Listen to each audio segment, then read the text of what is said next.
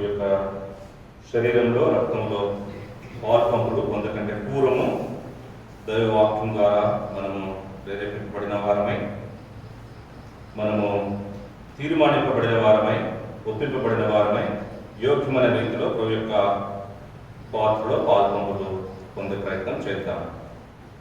మనందరికి తెలిసిన వాక్య భాగమే కీర్తనలో కొరింథీయులకు రాసిన మొదటి పత్రిక 11వ అధ్యాయం 23వ వచనం నుంచి 31వ వచనం వరకు మనమందరము మార్చి చదువుకుందాం.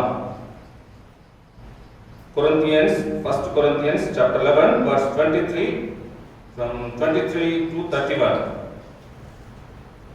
నేను మీకు అప్పగించిన దాన్ని ప్రభు వలన పొందితిని. ప్రభువైన యేసు తాను అప్పగింపబడిన రాత్రి ఒక రొట్టెను ఎత్తుకొని కృతజ్ఞతాస్తుతులు చెల్లించి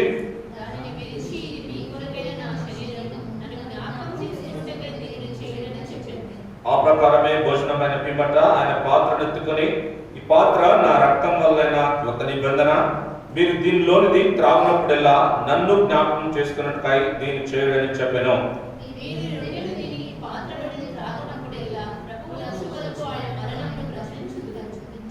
కాబట్టి ఎవడు అయోగ్యముగా ప్రభు యొక్క రొట్టెను తినో లేక ఆయన పాత్రలోనిది త్రాగునో వాడు ప్రభు యొక్క శరీరమును గూర్చియు రక్తమును గూర్చియు అపరాధి అగును.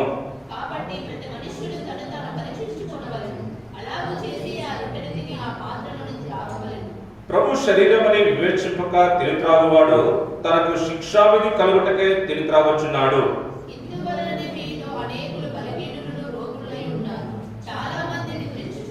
31వ వచనాన్ని మనందరం కలిసి చదువుకుందాం.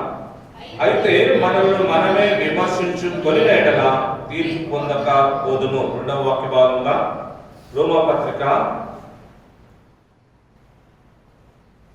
8వ అధ్యాయము 12 నుంచి 17 వచనాల్ని మనము మార్చి చదువుకుందాం. Romans chapter 8 verse 12 to 17. Page number 138 నూతన నిబంధన పుస్తకంలో.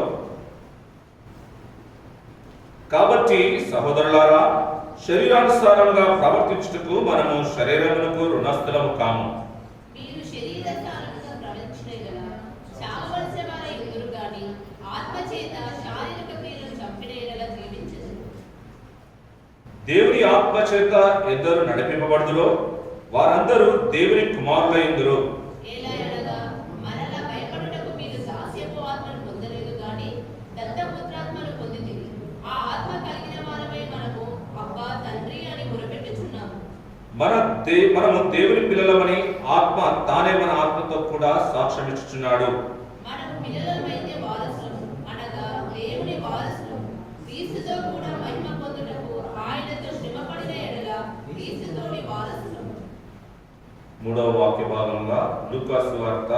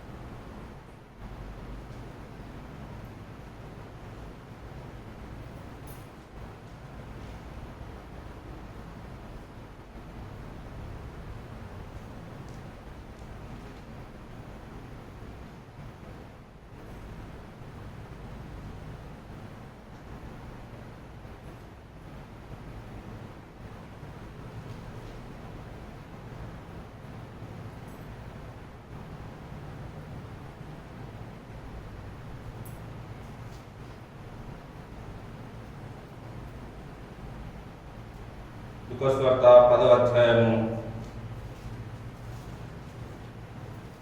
38-39 రెండు వచనాలు మనం కలిసి చదువుతున్నాం. లూకా సువార్త 10వ అధ్యాయము 38-39 వచనాలు మనం కలిసి చదువుతున్నాం. అంతటి వారు ప్రయాణమైపోవచ్చుండగా ఆయన ఒక గ్రామంలో ప్రవేశించెను. మార్తా అను ఒక స్త్రీ ఆయనను తన ఇంట చేర్చుకొనెను. ఆమెకు మరియా అను సహోదరి ఉండెను.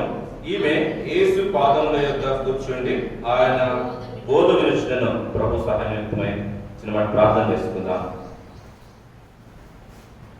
ప్రేమ నమ్మకం కలిగిన తండ్రి, జీవం గల యేసుక్రీస్తు ప్రభువా, మీ ఘనమైన పరిశుద్ధమైన నామానికి మరొకసారి వందనాలు స్తోత్రాలు చెల్లిస్తూ మమ్మల్ని మేము తగ్గించుకుంటూ మేము లెచ్చిస్తూ మీ ఆసన్నిధికి వస్తూ ఉంటున్నాం. మధ్యాహ్న కాల సమయంలో ప్రభు మిమ్మల్ని ఆరాధించిన నిమిత్తమే మీరు మా ఎడల చూపిన కృపను బట్టి వందనాలు చెల్లిస్తున్నాం. దయగల తండ్రి, ఈ సమయంలో మీ యొక్క శరీరంలో రక్తంలో పాలు పంపులు పొందే కంటే పూర్వం వాక్యం ద్వారా మమ్మల్ని మేము పరీక్షించుకుంటూ ప్రభువా మమ్మల్ని మేము తండ్రి సరిచేసుకుంటూ దేవా మీ వాక్యమును పోల్చుకొని యోగ్యమైన రీతిలో మీ యొక్క బలలో పాలు పంపులు పొందే కృపను మాకు దయచేస్తారని ప్రార్థిస్తూ ఉంటున్నాం. చదువుబడిన 3 లేఖన వాక్య భాగాల్లో దాల్పడిన గూఢమైన అర్థాలని మేము గ్రహించినట్లు సహాయం దయచేయండి. దయగల తండ్రి, మేమైతే బలహీనులం, మానవులం, పడిపోయే శుభాం కలిగిన వారం ప్రభావ మీ పరలోకపు జ్ఞానం వివేకం చేత మీరు మమ్మల్ని నింపి బలపరిచి మమ్మల్ని ఒప్పింపచేసి తీర్మానింపచేసి ప్రభావ తండ్రి గొప్ప నిబంధన చేత మీ యొక్క తండ్రి పరిశుద్ధమైన చేతులతో పవిత్రమైన హృదయాలతో మీ యొక్క శరీరంలో రక్తము త్రాకి కృపను దయచేస్తారని ప్రార్థిస్తూ ఉంటున్నాం. దయగల దేవా, మీ ఆత్మ సంచారం మా మధ్యలో ఉంచండి ప్రభువా. మా యొక్క ప్రాణాత్మ దేహాలను మీ కొరకై అర్పించి ఆరాధించే కృపను దయచేస్తారని ప్రార్థిస్తున్నాం. ఇదివరకు పాటల ద్వారా తండ్రి వ్యక్తిగత వ్యక్తిగత వాక్యం ద్వారా మిమ్మల్ని ఆరాధించే కృపను దయచేస్తూ వచ్చిన కాబట్టి వందనాలు. బల ఆరాధనలు కూడా మీ తోడు సన్నిధిని మాకు దయచేయండి ప్రభువా. వినగల చెవులు, గ్రహించగల హృదయాలు మాకు దయచేయండి. ప్రాముఖ్యంగా ప్రభావ మీ ప్రజల ఎదుట, సంఘం ఎదుట మీరు నన్ను నిలబెడుతున్న కాబట్టి వందనాలు ప్రభావ. సంఘ క్షేమాభివృద్ధి నిమిత్తమై నా పెదవులను ప్రభావ మీరు ముట్టి ప్రభావ మీరు మీ ప్రజలకు కావాల్సిన ఆత్మ సంబంధమైన ఆహారమును మీరు చోటించడానికి సమయస్తున్న జ్ఞానాన్ని కూడా మీరు నాకు దయచేయమని యేసుక్రీస్తు వారి పరిశుద్ధమైన నామమున స్తుతించి ప్రార్థించి అడిగి వేడుకొంచుంటున్నాను తండ్రి, ఆమేన్. మనకు ఆనవాయితీ ఏంటంటే ప్రభు యొక్క శరీరంలో పాలు పంపులు పొందవాలి అంటే కొరింథీయులకు రాసిన మొదటి పత్రిక 11వ అధ్యాయాన్ని ఆధారం చేసుకుంటూ మనము వాక్యం ద్వారా సరిచేసుకుంటూ వాక్యానుసారంగా తీర్మానింపబడిన వారమై దేవుని యొక్క శరీరంలో పాలు పంపులు పొందే ఆనవాయితీ. అయితే ప్రభు ఆ రాత్రి భోజనపు బల్ల దగ్గర ఆ క్రియ జరిగించకంటే పూర్వము, ఆ పస్కా కంటే పూర్వము ఇశ్రాయేలుని మనకు సాదృశ్యంగా ఉంచుతూ వచ్చాడు. ఆ మాటలు కూడా ప్రభు లిఖింపజేస్తూ వచ్చాడు. ఏంటి అదంటే మనం గమనించి చూసినట్లయితే ఇదే ముందు అధ్యాయము, మొదటి కొరింథీ పత్రిక 10వ అధ్యాయము మొదటి 4 వచనాల్లో, మొదటి 6 వచనాల్లో మనం గమనించి చూసినట్లయితే, సహోదరులారా ఈ సంగతి మీకు తెలియకుండా నాకు ఇష్టం లేదు. అదేదనగా మన పితరులందరూ మేఘము క్రింద నుండిరి, వారందరూ సముద్రములో నడిచిపోయిరి. అందరూ మోషేను బట్టి మేఘములను సముద్రములను బాప్తిస్మం పొందిరి. అందరూ ఆత్మ సంబంధమైన ఒకే ఆహారమును భుజించిరి. అందరూ ఆత్మ సంబంధమైన ఒకే పానీయమును పానము చేసిరి. ఏలైనగా తమను వెంబడించిన ఆత్మ సంబంధమైన బండలోనిది త్రాగిరి. ఆ బండ క్రీస్తే. అయితే వాటిలో ఎక్కువ మంది దేవునికి ఇష్టలుగా ఉండకపోయేది గనుక అరణ్యములో సంహరింపబడిరి. వారు ఆశించిన ప్రకారము మనము చెడ్డవాటిని ఆశించుకున్నట్లు ఈ సంగతులు మనకు దృష్టాంతములుగా ఉన్నాయి. దేవుడి సంగతుల్ని మనకు దృష్టాంతములుగా ఉంచుతూ వచ్చాడు. నాటి ఇశ్రాయేలు వలె మనము చెడిపోకుండా, నష్టపోకుండా, ఉగ్రతకు పాలు కాకుండా ఉన్న నిమిత్తమై దేవుడు వాక్యము ద్వారా మనల్ని స్పందింపచేయడానికి ఈ యొక్క లేఖనాలు ఇస్తూ వచ్చారు. ఇక్కడ మనం గమనించి చూసినట్లయితే అందరూ అందరూ అందరూ అని ఒక పదం మనకు కనపడతా ఉంది. ఎవరు వారు అందరూ అంటే ఆయన రక్తములో, ఆయన శరీరంలో పాలు పంపులు పొందేవారు. వారు ఎవరంటే ఇశ్రాయేలీయులు. ఇశ్రాయేలీయులు ఎవరంటే దేవుని నామమును ఎరిగినటువంటి వారు, దేవుని నామమును కీర్తించేటువంటి వారు, దేవుని కొరకై సమస్తమును అర్పించి ఆరాధించేటువంటి వారు. వారంతా ఏం చేస్తా ఉన్నారంట? వారంతా మొదటి వచనం గమనించి చూసినట్లయితే మన పితరులందరూ మేఘము కింద నడిచిరి. మనం ఎక్కడ ఉన్నాం ఇప్పుడు? మన పితరులు అయితే మేఘం కింద నడిచారు. మనం ఎక్కడున్నాం ఇప్పుడు? రండి, హెబ్రీ పత్రిక 12వ అధ్యాయము మొదటి వచనం. Hebrews chapter 12 verse 1. ఎక్కడున్నాం మనం? ఇంత గొప్ప సాక్షి సమూహం ఇంత గొప్ప సాక్షి సమూహము మేఘము వలె మనల్ని ఆవరించి ఉన్నందున గమనించాలి. మేఘము వలె మనలను ఆవరించి ఉన్నందున ఎక్కడున్నాం మనమంతా? సాక్షి యొక్క సమూహంలో ఉన్నాం. ఏంటి ఆ సాక్షి సమూహము అంటే ఏంటి? ఆ సాక్షి సమూహము ఆయన రక్తము చేత కడగబడిన జనాంగము ఎదుట, ఆయన యొక్క రక్తమాంసంలో కడగబడిన వారి ఎదుట, ఆయన బలిలో పాల్పంపులు పొందే సమూహం ఎదుట ఎక్కడున్నాం మనం? మేఘము వలె మనను ఆవరించింది. ఏం ఆవరించింది? పరిశుద్ధాత్మ శక్తి మన చుట్టూ ఆవరించింది. నాటి ఇశ్రాయేలీయులు ఎక్కడున్నారు? వారు మేఘముల కింద ఉన్నారు. మనం ఎక్కడ ఉన్నాం? పరిశుద్ధాత్మ మేఘం అనే ఆవరణలో మనం ఉంటా ఉన్నాం. అయితే అక్కడి ప్రజలు ఏం చేస్తా ఉన్నారు? 2వ వచనం మనం గమనించి చూసినట్లయితే, అందరూ మోషేను బట్టి మేఘములను సముద్రములను బాప్తిస్మము పొందిరి. అందరూ పొందిరా? పొందిరా? అందరూ పొందారు. అందరూ ఆత్మ సంబంధమైన ఒకే ఆహారమును భుజించారు. 3వదిగా చూసినట్లయితే అందరూ ఆత్మ సంబంధమైన ఒకే పానీయమును పానం చేశారు. అంటే బాప్తిసంలో సంఘమిత సాక్ష్యం ఇచ్చిన వారంతా కూడా ఈ పరిస్థితులను బట్టి చూసినట్లయితే నేటి ఇశ్రాయేలుగా పిలువబడుతున్న మనం కూడా ప్రభు బలిలో పాల్పంపులు పొందుతా ఉన్నాం. ఆయన శరీరంలో, ఆయన రక్తంలో పాల్పంపులు పొందుతా ఉన్నాం. కానీ ఎలా ఉంది మన ప్రవర్తన? లేఖనం ఏం సెలవిస్తా ఉందంటే 28వ వచనం, కాబట్టి ప్రతి మనుషుడు తను తాను పరీక్షించుకునగలడు, అలాగూ చేసి ఆ రొట్టెను తిని ఆ పాత్రలున్నది త్రాగలను. ప్రభు యొక్క శరీరమును ఎవరు కూడా తృణీకరించే వారంగా ఉండకూడదు. గ్రంథకర్త యెషయా అంటాడు, నా శరీరమును తిని నా రక్తము త్రాగువాడే నిత్య జీవం గలవాడు. మనము నిత్యము జీవించాలంటే మనం ఏం చేయాలంట? ఆయన శరీరమును, ఆయన రక్తమును మనము సేవించేవారని ఉన్నారు. అట్లా చెప్పేసి మనము మన ఇష్టానుసారంగా మానవ ఆలోచనబద్ధంతో మనం ఆ యొక్క క్రియను జరిగించినట్లయితే 29వ వచనం, ప్రభు శరీరమని వివేచింపక తిని త్రాగువాడు తనకు శిక్షావిధి కలుగుటకే తిని త్రాగుచున్నాడు. అయితే వాక్యం ద్వారా మనం ఏం చేయాలంట? పరీక్షించుకోవాలి. మనం 2వ వాక్య భాగంలో చూస్తూ వచ్చాం కదా, రోమాపత్రిక 8వ అధ్యాయము. అక్కడ రాయబడి ఆ ప్యాసేజ్ లో మనం ఏం గమనించవలసినదంటే, మనం ఎవరమంట? 16వ వచనం, రోమా 8:16, మనము దేవుని పిల్లలమని ఆత్మ తానే మన ఆత్మతో కూడా సాక్ష్యం ఇచ్చుచున్నాడు. 17 కూడా, మనము పిల్లలమైతే వారసులము, అనగా దేవుని వారసులం. మనం ఎవరమంట? మనం మొదటిగా దేవుని పిల్లలమంట. అంతేకాకుండా 2వదిగా మనం ఎవరికి వారసులం అంట? దేవునికి వారసులం. ఇప్పుడు నా కుమారుడు ఉన్నాడు. నా కుమారుడు దేనికి వారసుడు? వాడు నేను సంపాదించిన ఆస్తిలో వాడు వారసుడు. ప్రభువును మనం అంగీకరించాం, ఆయన బిడ్డగా ప్రభువుని చేర్చుకున్నాడు. అప్పుడు మనలో ఏ క్రియలు ఉండాలి? ప్రభుకి ఇష్టానుసారమైన క్రియలు ఉండాలి. ఎటువంటి క్రియలు? అంతరంగంలో, బాహ్యంగా, 2 రకాలుగా ఆయనకు ఇష్టకరంగా ఉన్నట్లయితే అప్పుడు మనం ఎవరవుతాం? సున్నతి పొందిన జనాంగంగా ఉంటాం. ఒకవేళ అటు సున్నతి మనలో జరిగినట్లయితే, మనం శరీరంలో ప్రభు బలిలో పాల్పంపులు పొందినట్లయితే అది ఏం చేస్తుంది? అది మనల్ని కీడుకు నడిపిస్తుంది. కొరింథీ రాసిన 2వ పత్రిక 3వ అధ్యాయము 6వ వచనం అనుకుంటాం. 2వ కొరింథీ 3వ అధ్యాయం 6వ వచనం చదవమా.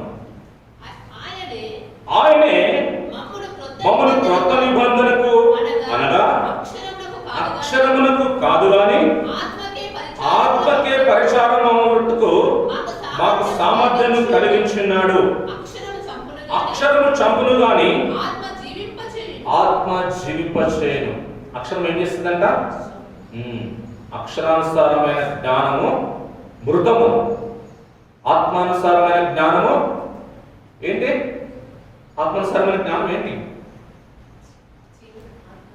ఇదే రోమ పత్రికలో ఉంటుంది 12వ వచనం. కాబట్టి సహోదరులారా, శరీరానుసారంగా ప్రవర్తించుటకు మనం శరీరములకు రుణస్థులము కాము. మీరు శరీరానుసారంగా ప్రవర్తించిన ఎడల చావవలసిన వారయ్యుందురు. అక్షరానుసారంగా మనం ప్రవర్తించినట్లయితే మనం చావలసిన వారు. ఆత్మానుసారంగా మనము ప్రవర్తించిన వారమైతే మనం ఏమవుతాం? మనం జీవించే ఆత్మలు అవుతాం, మనం జీవాత్మలం అవుతాం. ఎలాగో మనం జీవాత్మలు అవుతాం అంటే మొదటి మనం జీవాత్మలమే. నాడు మొదటి మానవుడి ఆదాములో దేవుడు మట్టి నుండి ఆదామును తన స్వారూప్యంలోకి నిర్మింపజేస్తూ ఆయన నాసికారంధ్రంలో జీవవాయువు ఊదినప్పుడు ఆదాము ఏమైపోతూ వచ్చాడు? జీవాత్మ అవుతూ వచ్చాడు. జీవాత్మ స్వరూపులమైన మనము అక్షరానుసారంగా జీవించడాన్ని బట్టి ఆత్మానుసారమును మనం అంతరించిపోయే జాలంగా ఉంటా ఉన్నాం. అందుకే మనకు చాలా వాక్యం తెలిసినప్పటికీ అటు వాక్యాన్ని అనుసరించి జీవించలేని స్థితి. అలా గుర్తు చేసినప్పుడు ఈ బ్రదర్ ఏదలే మస్తు బోధిస్తాడు, ఆయనకి ఏం తక్కువ, మా జీవితాల గురించి ఆయనకి ఏం తెలుసు అని సనుక్కోవడంలో మనం చాలా తింటాం. అట్లా సనుక్కున్న వాళ్ళు ఆ గుంపులో ఉన్నారు. ఏ గుంపులో? అందరి గుంపులో, మోషేతో పాటు ఉంటే గుంపులో. మనలో కూడా మన గుంపులో కూడా అటువంటి వారు లేకపోలేదు. అందుకే వాక్యం జ్ఞాపకం చేస్తా ఉంది. ఏమని జ్ఞాపకం చేస్తా ఉంది? రండి, కీర్తనలు 106వ అధ్యాయము, కీర్తనలు 106వ అధ్యాయం 42వ వచనం. వారి శత్రువుల చేతి క్రింద 42వ వచనం. వారి శత్రువులు వారిని బాధ పెట్టిరి, వారి శత్రువుల చేతి క్రింద అనపబడిరి. 43వ. అనేక పర్యాయములు ఆయన వారిని విడిపించిన. ఎవరిని విడిపిస్తూ వచ్చాడు? దేవుడు ఇశ్రాయేలుని విడిపిస్తూ వచ్చాడు. ఆయన రక్తమాంసంలో పాల్పంపులు పొందేవారిని అనేక పర్యాయంలో దేవుడు ఏం చేస్తూ వచ్చాడు? విడిపింపజేస్తూ వచ్చాడు. ఆ యొక్క బాధల నుంచి, ఆ యొక్క శత్రువు ఉరి నుంచి దేవుడు ఏం చేస్తూ వచ్చాడు? విడిపింపజేస్తూ వచ్చాడు. అప్పుడు ఏమైంది? 43 రెండవ భాగం చదవం.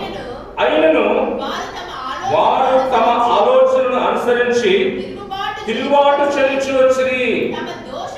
చాలా వారు ఏం చేస్తూ వచ్చారు? తిరుగుబాటు చేస్తూ వచ్చారు. బోధిస్తుంటే వాక్యానుసారంగా వారి వాక్యంను వింటున్నట్టు వాక్యానుసారంగా వారు సరి చేసుకోకుండా ఏం చేస్తూ వచ్చారు? తిరుగుబాటు చేస్తూ వచ్చారు. ఎవరి మీద తిరుగుబాటు చేస్తూ వచ్చారు మీరు? అటువంటి వారి నాయకుడి మీద. ఎవరు ఇశ్రాయేలు నాయకుడు? మోషే. మోషే మోషే కంటే గొప్పవాడు ఇక్కడ ఉన్నాడట. ఇది వరకు మనం పాట ద్వారా పాడుతూ వచ్చాం. అటువంటి నాయకుడిని వారు ఏం చేస్తూ వచ్చారు? సణుక్కుంటూ వచ్చారు. సనగడం ఏమంట? సనిగే వారిని ఏమంటారు? సోదె చెప్పుటతో సమానం అంట సనిగేవారిని. అయితే ఇశ్రాయేలులో కొంతమంది సనుగుతూ వచ్చారు. కొన్ని మనం చూసుకునే ముందుకు వెళ్దాం. సంఖ్యాకాండము 11వ అధ్యాయము 5వ వచనం. Numbers chapter 11 verse 5.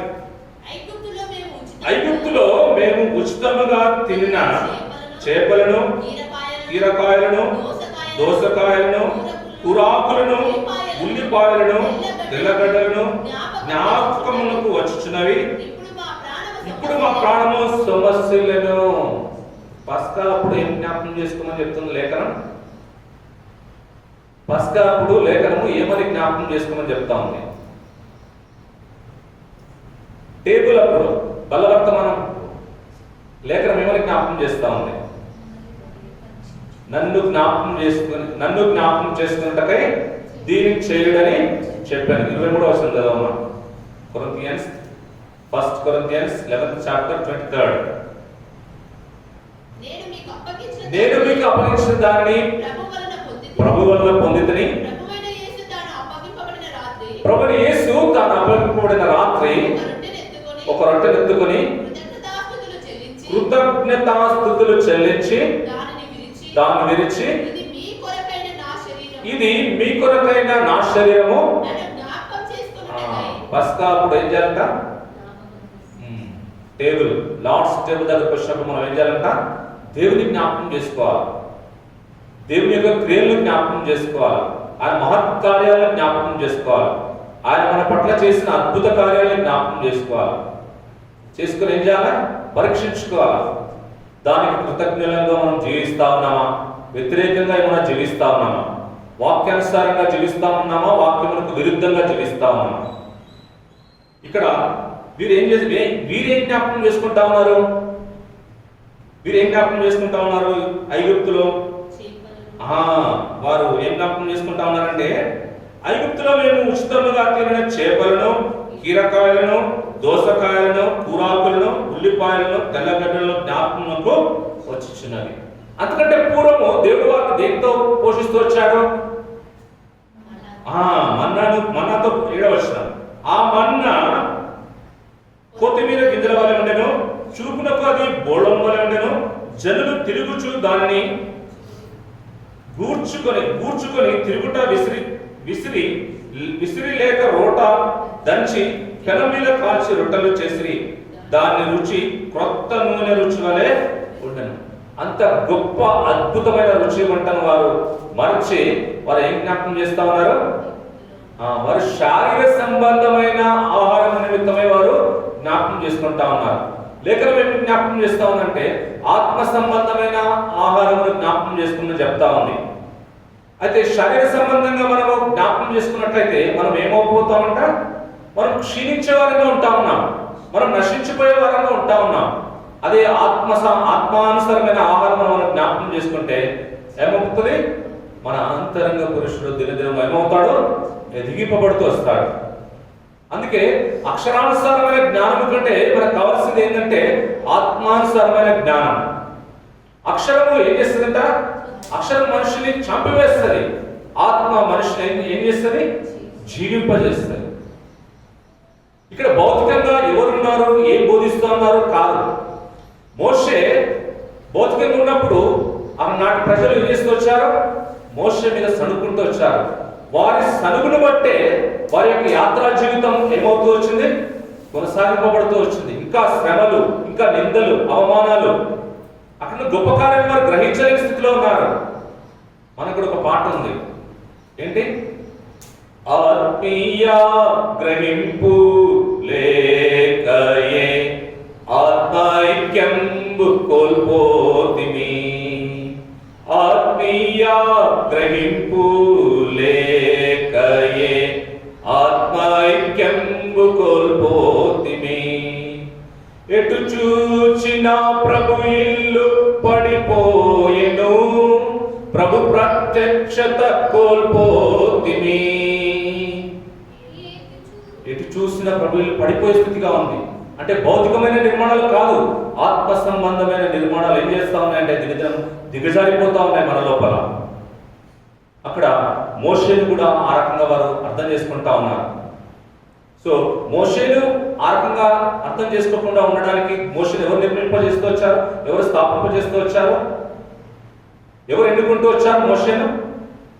దేవుడే మోషేను ఎన్నుకుంటూ వచ్చాడు. వాస్తవికంగా ఇదివరకు సహోదరుడు గుర్తు చేస్తూ వచ్చాడు.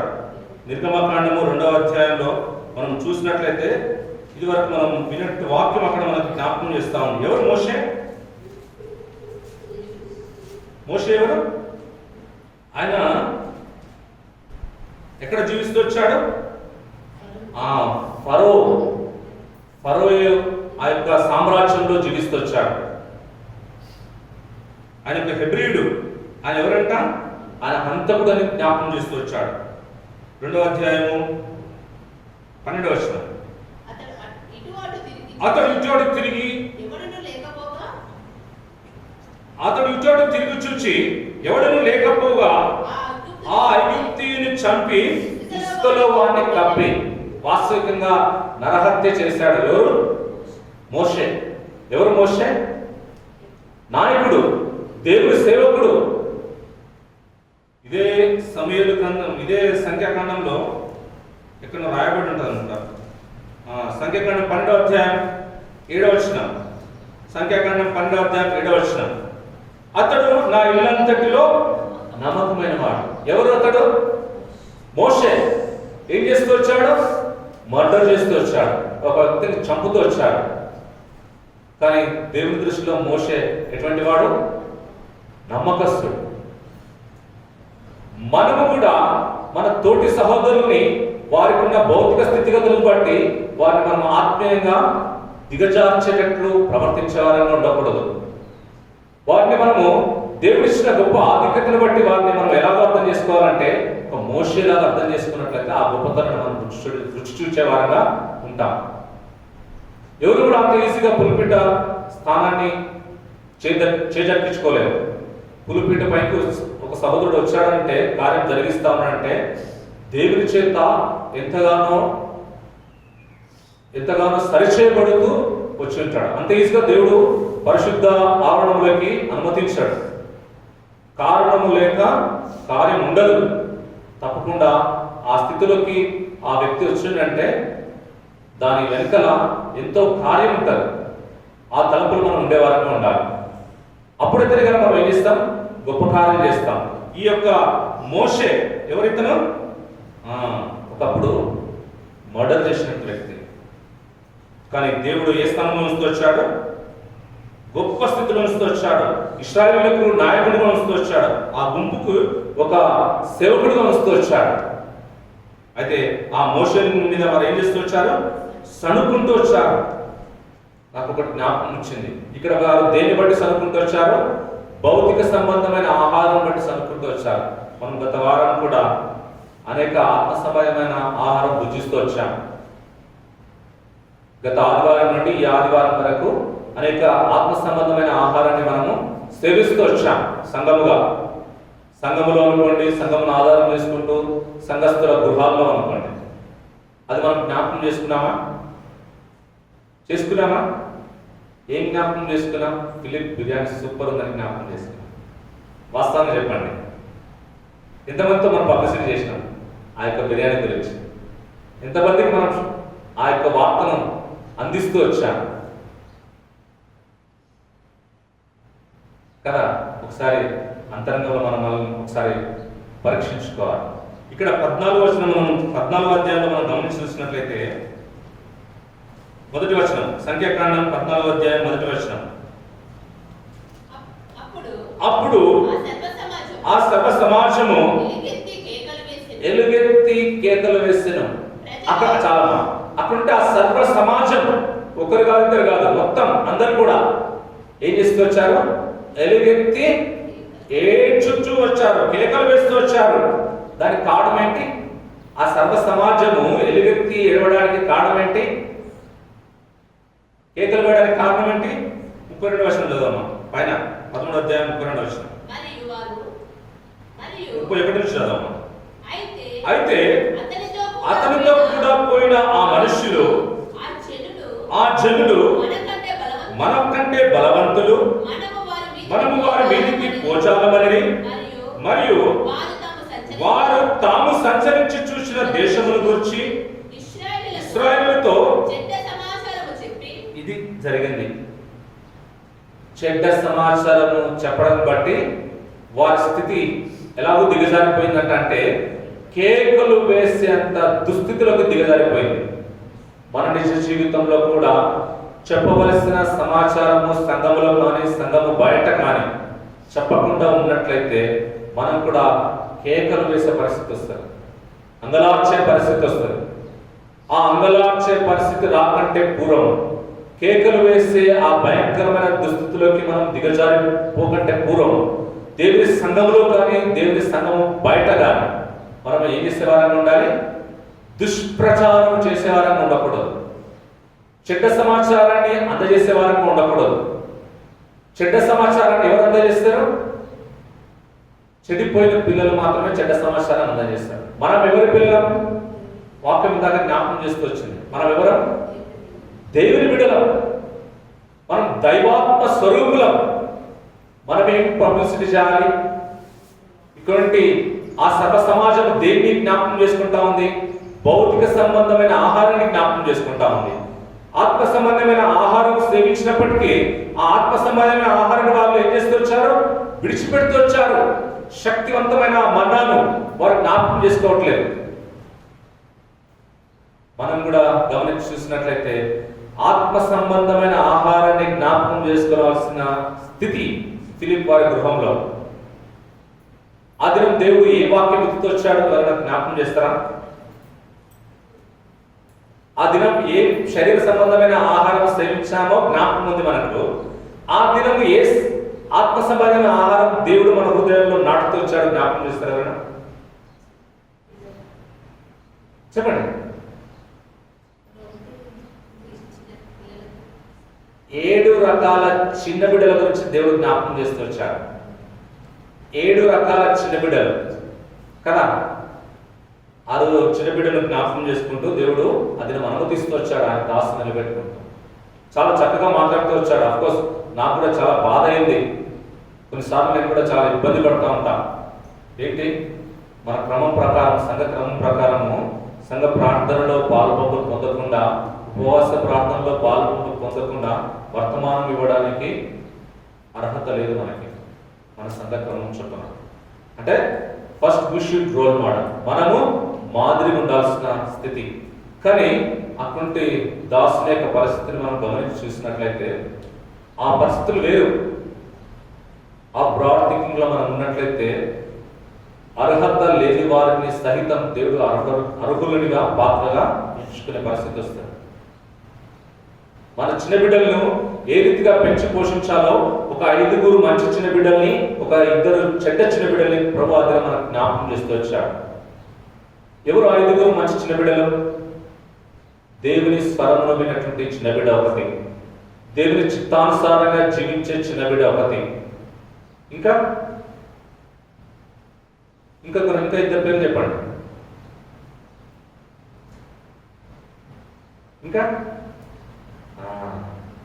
రోదే. ఎవరు రోదే? ఎవరి స్వరాన్ని గుర్తుపట్టింది రోదే? పేతురు స్వరాన్ని. సంఘమంతా గదిలో ప్రార్థన చేస్తా ఉంది. అయితే ఆ చిన్నది ఏం చేస్తూ వచ్చింది? పేతురు స్వరం. ఎవరు పేతురు? యేసు ప్రభు శిష్యుడు. యేసు ప్రభు స్వరాన్ని వింటూ వచ్చింది. చెడ్డ గుణాలు కలిగిన చిన్న బిడ్డలు 2 జ్ఞాపకం చేస్తూ వచ్చారు. ఎవరు వారు? మొదటిగా యాకోబు కుమార్తె అనేటువంటి దీనా, రెండవదిగా హేరోదియా కుమార్తె. ఇట్లా మనం జ్ఞాపకం చేసుకోవాల్సిన పరిస్థితి. కానీ సామాన్య కిరాక్ చేసిండు. ఏం చేసిండు? సామాన్య కిరాక బిర్యానీ చేసిండు. విస్మయాన్ని మించి చేసిండు. విస్మయం అయిపోయేటట్టు చేసిండు. ఇది కూడా అవసరమే. నేను కూడా పొగిడిన సామాను, చాలా థ్యాంక్స్ చెప్పిన. ఆ రాత్రి సామాను బయటికి తీసుకుపోయి మంచిగా కంసప్ దాపిన. ఎందుకోసం అంటే దేవుని బిడ్డలు తృప్తిపరిచాడు.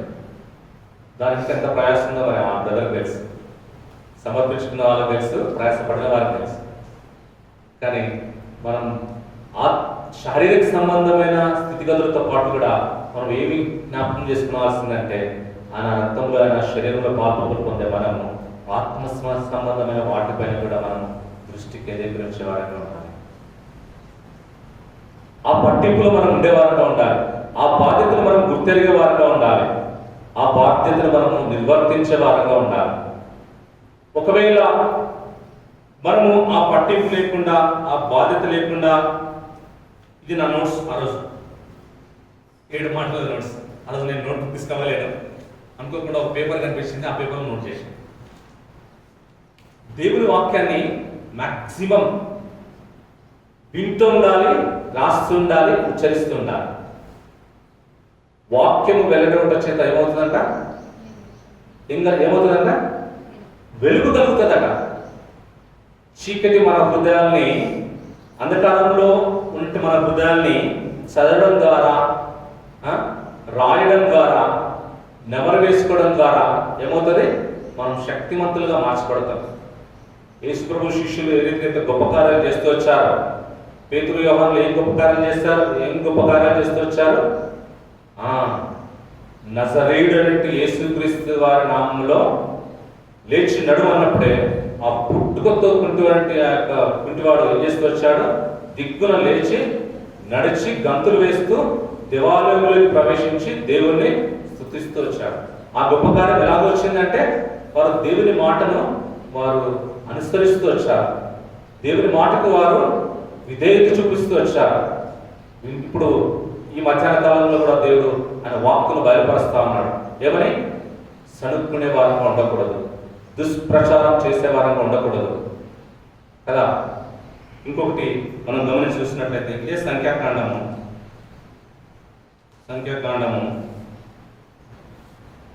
12వ అధ్యాయము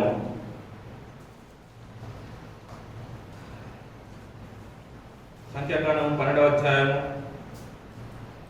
మొదటి వచనం. మోషే కూషు దేశపు స్త్రీని పెళ్లి చేసుకుని ఉండను గనుక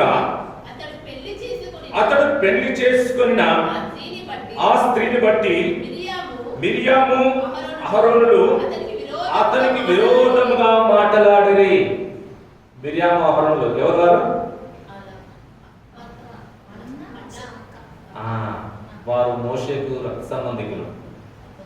మోషేను, మిరియామును, అహరోనును ఎవరు ఏర్పాటు చేసుకుంటూ వచ్చారు? స్వయంగా దేవుడు ఏర్పాటు చేసుకుంటూ వచ్చాడు. వారికి ముగ్గురికి 3 పరీక్షలను అప్పగిస్తూ వచ్చాడు. సంఘంలో కూడా ప్రభు మనకు మన స్థితిగతులను బట్టి, మనకు ఆత్మీయ జీవితాన్ని బట్టి, నడుచుకునే స్థితిని బట్టి కొన్ని బాధ్యతలు అప్పగిస్తూ వస్తూ ఉంటాడు. ఆ బాధ్యతలు కూడా మనం ఏం చేసే వారంగా ఉండాలి? అక్రమంగా కాదు, సక్రమంగా నిర్వర్తించే వారంగా ఉండాలి. ప్రభు అన్నింటిలో ఇటువంటి బాధ్యతను ఇక్కడ చదువుమా 12వ అధ్యాయం 7వ వచనం. అతడు నా ఇల్లంతటిలో నమ్మకమైన వాడు. ప్రభు ఇంటిలో మనం నమ్మకంగా జీవించే వారంగా ఉండాలి. సగం ఏదైతే బాధ్యతను మన మీద భుజస్కంధాల పైన వస్తూ వచ్చిందో అది చిన్నది కానీ పెద్దది కానీ దాన్ని సక్రమంగా నిర్వర్తించే వారంగా ఉండాలి. అక్రమంగా నిర్వర్తిస్తే ఏమంటుంది లేఖనం? ఏం చెప్తారు? అక్రమము చేయవాళ్ళరా నా నుండి దేవుని దూరం అయితే మనకు మేల కీడ. ఆ ఉగ్రతను మనం సమకూర్చుకోకంటే పూర్వము దేవుని గ్రంథం, దైవ వాక్యం జ్ఞాపకం చేస్తాము. దేవుని ఇంటిలో మనం ఏ రకంగా ఉండాలి? నమ్మకంగా ఉండేవారంగా ఉండాలి. ఇక్కడ అహరోను మిరియామీలు కూడా ఆయన యొక్క సేవకుడి వారి పైన ఏం చేస్తా ఉన్నారు?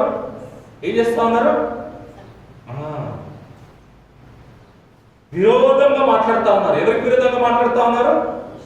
మోషేకు విరోధంగా మాట్లాడుతూ ఉన్నారు. మోషే ఎవరింత? మోషే దేవుని సేవకుడు, దేవుని నాయకుడు మనిషి అండి. ఇశ్రాయేలుకు నాయకుడు, దేవుని సేవకుడు, దేవుని ఇంటిలో నమ్మకమైన వాడు. ఆ సంగతి వారికి ఎరుగు, వారు తెలుసు వారికి. కానీ వారు ఏం చేస్తూ వచ్చారు? విరోధంగా మాట్లాడుతూ ఉన్నారు, రీజన్స్ చెప్తా ఉన్నారు. అందుకు వారిద్దరిని దేవుడు పిలుస్తా ఉన్నాడు. ఎవరు పిలుస్తా ఉన్నాడు? 5వ వచనం. యెహోవా మేఘస్తంభములో దిగి ప్రత్యక్షపు గుడారం యొక్క ద్వారము వద్ద నిలిచి అహరోను మిర్యాములను పిలిచెను. ఎందుకు వారిద్దరిని పిలుస్తూ వచ్చాడు? వారికంటే ఆయన ఏర్పాటు చేసుకున్న ఆయన సేవకుడు గొప్పవాడు కదా, అతను కూడా పిలవాలి కదా. ఎందుకు వారిద్దరిని పిలుస్తూ వచ్చాడు? చదవమా. వారిద్దరు రాగా ఆయన నా మాటలు వినుడు. దేవుని మాటలు వినేవారంగా ఉండాలి. అక్కడ వింటలేరు కాబట్టి. ఎవరి మాట వింటలేరు? దేవుని సేవకుని మాట వింటలేరు కాబట్టి స్వయంగా దేవుడు దిగొచ్చు నా దగ్గరికి. దిగొచ్చి ఏం చెప్తా ఉన్నాడు? మీలో ప్రవక్త ఉండినలా యెహోవానకు నేను దర్శనమిచ్చి అతడు నన్ను తెలుసుకున్నట్లు కల్లో అతనితో మాట్లాడుదును. నా సేవకుడైన మోషే అట్టివాడు కాడు. అతడు నా ఇల్లంతటిలో నమ్మకమైన వాడు. చాలా అయితే మోషే, అహరోను, మిరియాములను దేవుడు జ్ఞాపకం చేస్తా ఉన్నాడు. ఎందు నిమిత్తము జ్ఞాపకం చేస్తా ఉన్నాడంటే సేవకుడంటే మోషేకు వారు విరుద్ధంగా మాట్లాడడాన్ని బట్టి. ఇదివరకు మనం చూస్తూ వచ్చినాం. ఆ సర్వ సమాజం ఎవరిని చదువుకుంటూ వచ్చింది? ఒకసారి చూద్దామా. 11వ అధ్యాయం మొదటి వచనం. సంఖ్యాకాండం 11వ అధ్యాయం మొదటి వచనం. జనులు ఆయాసమును గూర్చి సనుగుచుండగా, మనం అనుకుంటాం మన సనుగుడు ఎవరికి వినపడుతుందిలే అని, కానీ మన దేవుడు ఏం చేస్తా ఉన్నాడు? వినే దేవుడుగా ఉంటా ఉన్నాడు. యెహోవా దాన్ని వినినప్పుడు ఆయన కోపము రగులుకొనెను. వినటం మట్టుకే కాదట, వినకపోతే ఏం చేస్తాడు? చులిపిస్తాడు ఆ కొరడాని. తట్టుకోగలమా ఆ కొరడాకి? మనం ఆయన కొరడా చులిపిస్తే తట్టుకోగలమా మనం? సర్వ సమాజము కేకలు వేసినట్టుగా కేకలు వేసే పరిస్థితి. వింటే ప్రాణం ఇస్తాడు దేవుడు, వినకపోతే ఏం చేస్తాడు? యెహోవా అగ్ని వారిలో రగులుకొని ఆ పాలకులను ఒక కొనను దహింపసాగెను. చూసారా? మన అవిధేయత, మన అక్రమము, మన వినదులని తత్వము, మన లోబడని తత్వము ఎక్కడ దారి తీస్తా ఉంది? కేకలు వేసే స్థితికి, సర్వ సమాజం కేకలు వేసే స్థితికి. ఏంటి అవిధేయత అంటే? ప్రభు సన్నిధిని నిర్లక్ష్యంగా జీవించడమే అది అవిధేయత. ప్రభు సియోనులో సింహాసనాసీనుడై ఉన్నాడని గుర్తెరగకపోవడమే అవిధేయత. ఒక ఆఫీస్లో ఆఫీసరు చెప్పిన సమయానికి మనం ఆయన ఎదురుగా ప్రజెంట్ కాకపోతే ఆయన ఏమంటాడు? ఆయన గద్దిస్తాడు, బహిరంగంగా గద్దిస్తాడు. ఆయన చులకన చేసి మాట్లాడతాడు. బోధిస్తున్న నా లోపల కూడా ఆ బలహీనత ఉంది. వింటున్న ఈ సమయంలో మనం కూడా సరి చేసుకునే తరుణం ఇది. ప్రభు సన్నిధిలో అలక్ష్యంగా నిర్లక్ష్యంగా మనం జీవించినట్లయితే మనుష్యుడు ఏది విత్తునో అదే పంట పోయి. అక్రమం అనే విత్తనం విత్తితే అక్రమం అనే రిజల్ట్స్ వస్తాయి మన లోపల. వేపన విత్తనం విత్తితే కొబ్బరికాయలు ఏం కాయవు. పల్లి విత్తనాలు విత్తితే టెంకాయలు కాయవు. ఏ పనులు చేస్తే ఆ ఫలితాలే. ఒక హయ్యర్ ఆఫీసర్ దగ్గరికి మనం వెళ్ళాం అనుకోండి. నేను కలెక్టర్ స్థాయి వరకు వెళ్ళినా, కలెక్టర్ ఛాంబర్ వరకు వెళ్ళినా. కలెక్టర్ ఛాంబర్లో వెళ్ళి నా ఫోన్ రింగ్ అవుతుందని చెప్పి తీసి మాట్లాడగలను అక్కడ నేను. అంతెందుకు, ఒక తహసీల్దార్ గారి కార్యాలయంలో కూడా ఆయన ముంగటున్నప్పుడు మనం ఆ కాల్ లిఫ్ట్ చేయలేదు. ఎవరు లేనప్పుడు అంటే అది వేరే విషయం. అందరు ఉన్నప్పుడు కూడా సంఘం ఎదుట మన శరీరానుసారంగా మనం ప్రవర్తించినట్లయితే ఏమైపోతామో మనం చూస్తూ వచ్చాం. శరీరానుసారమైన మనస్సు మృతము, ఆత్మానుసారమైన మనస్సు జీవం. మనము ఆత్మదేవుని బిడల ఆత్మానుసారంగా జీవించడానికి ప్రభు ఈ మధ్యాహ్న కాలం వాక్యం ద్వారా జ్ఞాపకం చేస్తా అన్నాడు.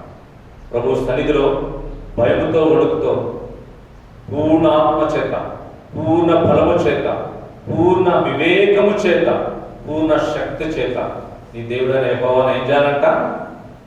ఘనపరచాలంట. లేఖనం గుర్తుంది ఎవరికైనా?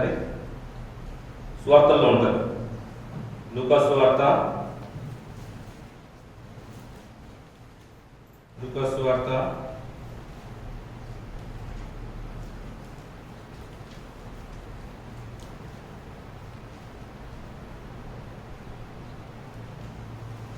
దొరికిందా?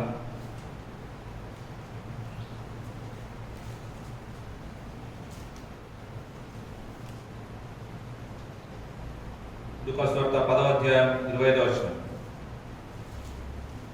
ఇదిగో ఒకప్పుడు ధర్మశాస్త్రోపదేశకుడు లేచి, బోధకుడా, నిత్య జీవమునకు వారసుడగుటకు నేనేమి చేయవాలని ఆయనను శోధించుచు అడిగాను. అందుకు ఆయన, జాగ్రత్త గమనిద్దాం, ధర్మశాస్త్రమందేమి రాయబడి ఉన్నది, నీవేమి చదువుచున్నావని అతన్ని అడగగా, ఇక్కడ నుంచి ఇంకా జాగ్రత్తగా గమనిద్దాం.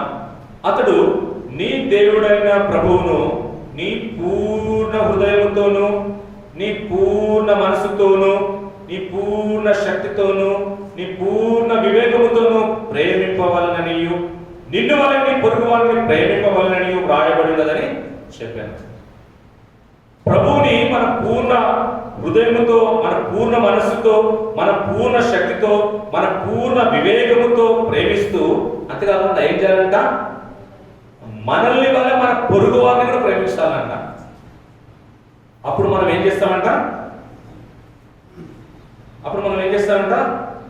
జీవించదవని అతనితో చెప్పాను. 20వ వచనం.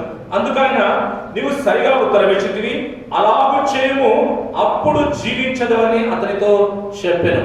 మరి ఇప్పుడు మనం జీవిస్తలేమా? జీవిస్తలేమా ఇప్పుడు? రండి, ప్రకటన గ్రంథం 3వ అధ్యాయం.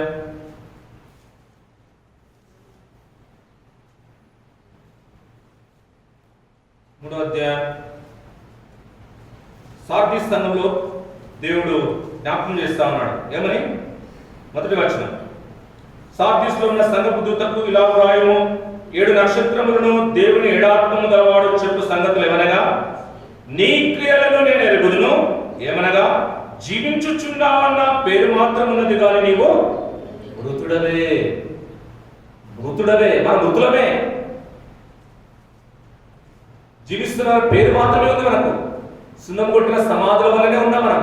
ఎలా ఉంటాయి సున్నం కొట్టిన సమాధులు? నీట్గా ఉంటాయి, ఆకర్షణీయంగా ఉంటాయి, కానీ లోపల ఏముంటుంది? జీవం ఉండదు. దేవుని వాక్యం జ్ఞాపకం చేస్తూ ఉంది, మనం జీవించాలంటే దేవుడైన ప్రభువుని మనం ఏం చేసేవారని ఉండాలి? పూర్ణ ఆత్మతో, పూర్ణ బలము చేత, పూర్ణ మనస్సుతో, పూర్ణ వివేకము చేత ప్రభువుని మనం ఏం చేయాలి? ప్రేమించాలి. తీర్మానం తీసుకున్నాం ఈ మధ్యాహ్న కాల సమయంలో.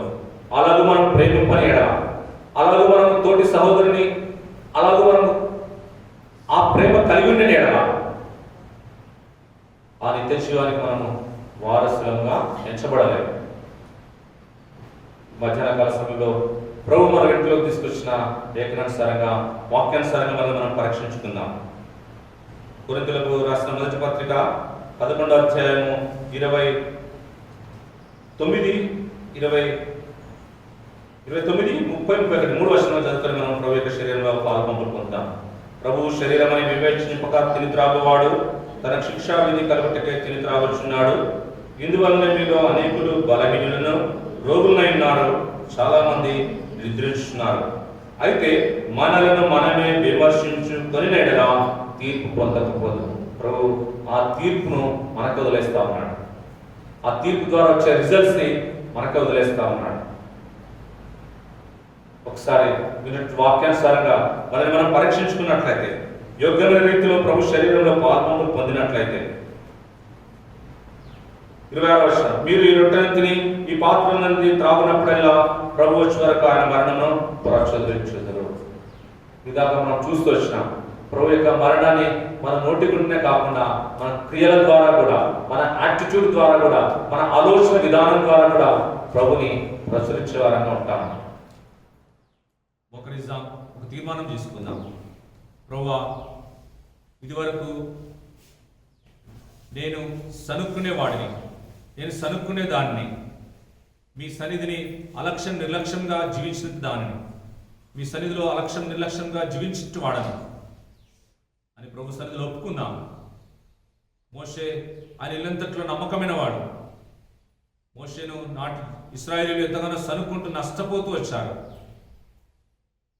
ప్రభువా, నేను ఆ విధంగా కాకుండా నాకు ఇచ్చిన తరుణాన్ని బట్టి మీకు వందనాలు చెల్లిస్తూ మీ శరీరంలో పాల్పంపులు పొందే యోగ్యతను నాకు కూడా దయచేస్తున్నామని ప్రభు సన్నిధిలో వేడుకుందాం, గోజాడుదాం, ఒక నిబంధన చేసుకుందాం. విన్నటువంటి వాక్యానుసారంగా మనం పరీక్షించుకుందాం. గొప్ప తరుణం, గొప్ప అవకాశం ప్రభు మనకు అనుకూలపరుస్తూ వచ్చాడు. ఆరాధన వర్తమానంలో కూడా మోషే యొక్క గొప్పతనాన్ని ప్రభు చాటుతూ వచ్చాడు. అనుకున్న రీతిగా బలవర్తమానంలో కూడా మోషే కంటే గొప్పవాడిని ప్రభు రుచి చూడడానికి అనుమతిస్తూ వచ్చాడు. ఆ గొప్ప గుణాలు కలిగిన ఆ దేవుని బిడ్డలుగా పిలువబడుతున్న మనం కూడా ఆయన బిడ్డలుగా జీవించాలనే తలంపు కలిగి ప్రభు ఈ మధ్యాహ్న కాల సమయంలో తరుణాన్ని అనుకూలపరుస్తూ వచ్చాడు. తరుణాన్ని ఇంకా చేజార్చుకునే వారంగా ఉంటాము. ఆయన శరీరమును, ఆయన రక్తమును తృణీకరించే వారంగా ఉంటాము. ఎందు నిమిత్తమై అది చిందింపబడుతూ వచ్చింది. ఎందు నిమిత్తమై అది అర్పణగాను బలిగాను గావింపబడుతూ వచ్చింది. నన్ను జ్ఞాపకం చేసుకున్నట్టుకై దీన్ని చేయడని చెప్పానని లేఖనం సెలవిస్తాను. ప్రభుని జ్ఞాపకం చేసుకుందాం. మన మధ్యలో ఉంచబడిన ఆ యొక్క రొట్టె ఎలాగూ ఆకృతిగా కాబడుతూ వచ్చింది. అది భూమిలో విత్తబడుతూ, త్రొక్కబడుతూ, మొలికింపబడుతూ, అది కళ్ళము చేయబడుతూ, అది హింసింపబడుతూ, అది మెత్తన చేయబడుతూ, అది రుద్దబడుతూ, అది నూనెలో కాగబడుతూ అంత సులువుగా మన మధ్యలోకి తయారు చేయబడుతూ రాలేదు. ప్రభు కూడా అంత ఇదిగా మన ఎదుటకు అంత ఈజీగా ప్రభుని అర్పించుకోలేదు. ఆయన వెలపెట్టి కొన్నట్టు మన నిమిత్తమై ఆయన మన కొరకై దున్నబడుతూ వచ్చాడు. ఆయన మన కొరకై శిలువ యాగం గావింపబడుతూ వచ్చాడు. ఆయన మన కొరకై నీతిమంతుడైండి అనీతిమంతులైన మన నిమిత్తమై నిందింపబడుతూ వచ్చాడు, దూషింపబడుతూ వచ్చాడు. ఇంకెంతకాలం మనం ప్రభుని శిలువకు అప్పగిస్తాం? ఎంతకాలం ఆయన సన్నిధిని అలక్ష్యం నిర్లక్ష్యం చేస్తాం? ఎంతకాలం ఆయన ప్రజల ఎదుట మన ఇష్టానుసారంగా ప్రవర్తించే వారంగా ఉంటాము? ఎంతకాలం కులుపుడి యొక్క వాక్యాన్ని తృణీకరించే వారంగా ఉంటాము? మోషే కూడా ఒకప్పుడు సామాన్యమైన వ్యక్తి. మోషేను ప్రభువు ఏర్పాటు చేసుకుంటూ వచ్చాడు. మోషేను ప్రభువు నిలబెట్టుకుంటూ వచ్చాడు. నా ఇల్లంతట్లో నమ్మకమైన వాడిని సాక్ష్యమిస్తూ వచ్చాడు. అట్లు ఇక్కడ బాధ్యతాయుతంగా పరిచయం చేస్తుంటే సహోదరుల పట్ల నా ప్రవర్తన ఎలా ఉంది ఒకసారి మనం పరీక్షించుకుందాం. ఆ ఉగ్రత దినం రాకమునిపై, ఆ ఉగ్రతలో మనం తీర్పు పొందకమునిపై ఒక తీర్మానం చేసుకుందాం. మన ప్రభు కనికర సంపన్నుడు, కనికరం గల దేవుడు. నన్ను ప్రేమించు వారిని 1000 తరముల వరకు కనికరించదనే దేవుని గ్రంథం నిర్గమకాండం 20వ అధ్యాయం సెలవిస్తాం. ఆ కనికర సంపన్నుని ఎదుట సాగిలపడదాం. పూర్ణ ఆత్మతో, పూర్ణ బలము చేత, పూర్ణ శక్తి చేత, పూర్ణ వివేకము చేత దేవుడైన ప్రభుని ప్రేమిస్తాం. ఇంతకాలం మన ఇష్టానుసారంగా జీవిస్తూ వచ్చినాం. ప్రభు ఈ 2025 సంవత్సరం 9వ మాసం 3వ ప్రభుదినాన మరొకసారి మనల్ని గద్దిస్తూ వస్తా ఉన్నాడు, మనల్ని సరిచేస్తూ వస్తా ఉన్నాడు. కేవలం ఆ యొక్క నరకములకు పాత్రలుగా కాకుండా నిమిత్తమై ఆయన మనల్ని జ్ఞాపకం చేసుకున్నాడు. ఆయన జ్ఞాపకం చేసుకున్నట్టుగా దీన్ని చేయడానికి చెప్పాను లేఖనం సెలవిస్తాను. ప్రభువు మాత్రమే జ్ఞాపకం చేసుకుంటాను.